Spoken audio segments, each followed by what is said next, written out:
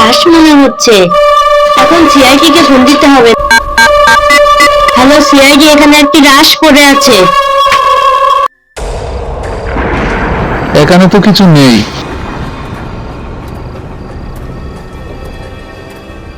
রক্ত দেখে তো মনে হচ্ছে 3 থেকে 4 ঘন্টা আগে মারা হয়েছে। এখানে তো কোনো চুরি টুরি পাচ্ছি না।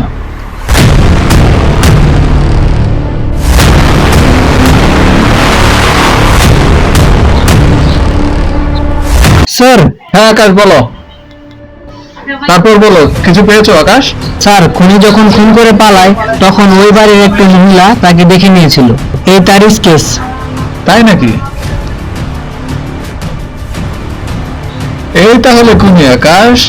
খুঁজে বার করো আকাশ, ও যেখানে তাকে ওকে খুঁজে বার করো। আমরাও তো দেখি ও কত বড় পালোয়ান।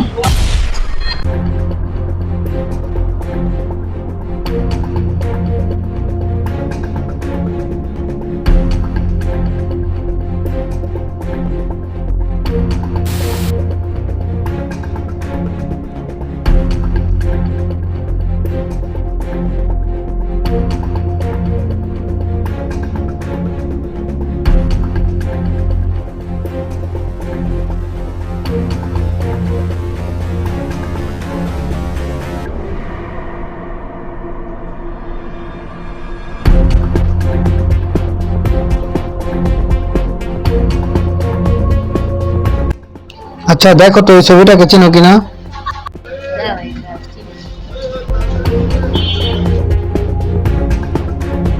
স্যার। হ্যাঁ আকাশ বলো। স্যার, যে লোকটি মারা গেছে তার পরিবার এই এলাকায় থাকে না। সে এই জায়গায় একাই থাকতো, আর তার একটা ঘনিষ্ঠ বন্ধু আছে। তারা দুজন একসাথে থাকতো এবং তারা শিলমুনমাসে চাকরি করতো। শিলমুনমাসে? জি স্যার। আচ্ছা, এটা কই পড়ছে? এই সামনে। বুঝতে পেরেছো? জি স্যার, তার মানে ওর বন্ধুর মাঝেই কিছু ঝামেলা আছে। অবশ্যই ওর বন্ধুকে খুঁজে বার করো, আর সমস্ত ডিটেইলস আমার 24 ঘন্টার মধ্যে চাই। আমাদের যে গুপ্তচর গুলো আছে সবাইকে খবর দাও, আর 24 ঘন্টার ভিতরে খুনিকে আমার হাতের নাগালের ভিতরে চাই। Yes sir. তার যে লোকটা মারা গেছিল এই লোকটা এই অফিসে কাজ করতো। এই অফিসে? জি স্যার। ঠিক আছে চলো।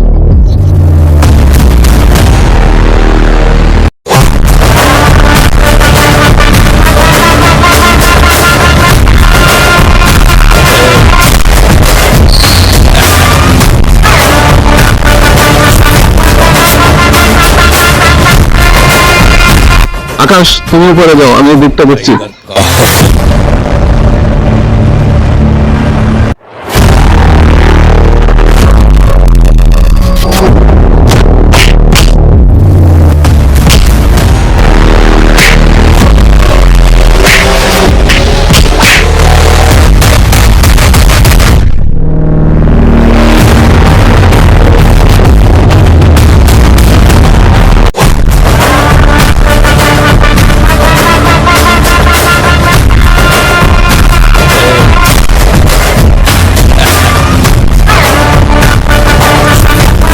কি হয়েছে স্যার? খুনি পালিয়ে গেছে আকাশ। আমি খুনির মাথায় একটা কাটা দাগ দেখেছি। খুব তাড়াতাড়ি আমাদের তাকে ধরতে হবে, নাহলে আরো প্রাণহানি ঘটবে। এখন চলো ওইদিকে।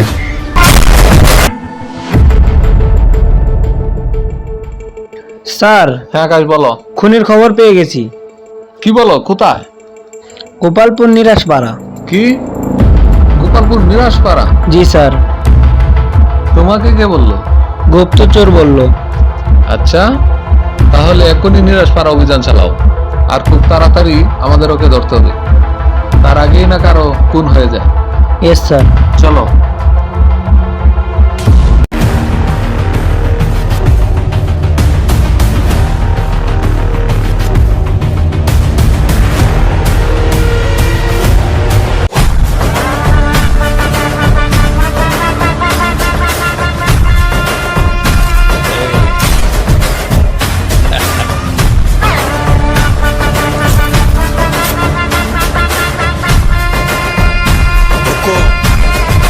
टाइगर का हुक्म।